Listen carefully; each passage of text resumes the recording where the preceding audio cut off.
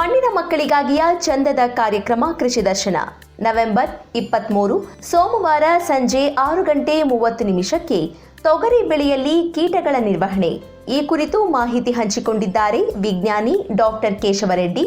ಈ ರಸ ಇರೋ ಕೀಟಗಳಲ್ಲಿ ಅಂತರ್ವ್ಯಾಪಿ ಕೀಟನಾಶಕಗಳನ್ನು ಬಳಕೆ ಮಾಡಿಬಿಟ್ಟು ಕೀಟನಾಶಕಗಳು ಅಂದರೆ ನಿಮಗೆ ಇಮ್ಡಾಕ್ಲೋರ್ಪಿಡ್ 0.5 ml ಪ್ರತಿ ಲೀಟರ್ ನೀರಿಗೆ ಅಥವಾ ಡೈಮಿಥೋಯೇಟ್ ಅಂತ ಬರುತ್ತೆ, ರೋಗಾರ್ ಸಿಗುತ್ತೆ. ಇದನ್ನು 2 ಮಿಲಿ ಪ್ರತಿ ಲೀಟರ್ ನೀರಿಗೆ ಹಾಕೊಂಡು ಸಿಂಪಡಣೆ ಮಾಡಿಕೊಂಡು ಪರಿಣಾಮಕಾರಿಯಾಗಿ ನಿಯಂತ್ರಣ ಮಾಡ್ಕೋಬಹುದು.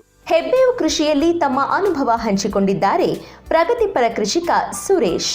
ಬಾಳೆಗೆ 6 ಅಡಿ ನೆಟ್ಟಿದ್ದು, ಅದೇ ಅಂತರಕ್ಕೆ ಈ ಮರಗಳು ಹಾಕ್ತೇವೆ ನಾವು. ಬೆಟ್ಬೇವು, ಸಿಲ್ವಾರ ಎರಡನ್ನೂ ಹಾಕ್ತೋ. ಇವಾಗ ಇದಕ್ಕೆ 3 ವರ್ಷ ಆಗಿದೆ, ಚೆನ್ನಾಗಿ ಬಂದಿದೆ. ತಪ್ಪದೆ ವೀಕ್ಷಿಸಿ ನಿಮ್ಮ ನೆಚ್ಚಿನ ಚಂದನ ವಾಹಿನಿಯಲ್ಲಿ.